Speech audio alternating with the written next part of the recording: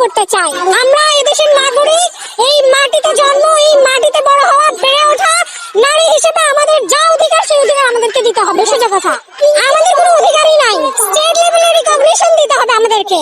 Trans নারীরাও যে নারী, তাদের একটা প্রপার রিকগনিশন চাই আমরা। সোজা কথা, নারী শব্দটা ইনক্লুসিভ শব্দ, নারীর মধ্যে অনেক ধরনের নারী পড়ে।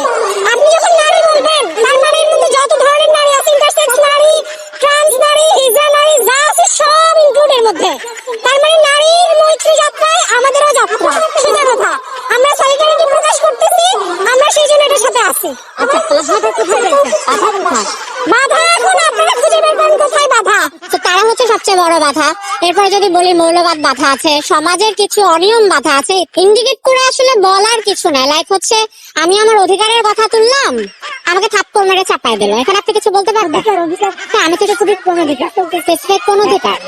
আমাদের মৌলিক যেসব অধিকার, সব অধিকারই তো আমাদের হচ্ছে ইয়া করতেছে। আমি লাইক এখান দিয়ে হেঁটে যাবো, আপনি নিরাপত্তা দিতে পারবেন আমার যে কেউ বোম মারে উড়াই দেবে না? হেঁটেই আসে, আমি তো হেঁটে আসে নেন, আমি তো উবার ক্যারি করে আসছে।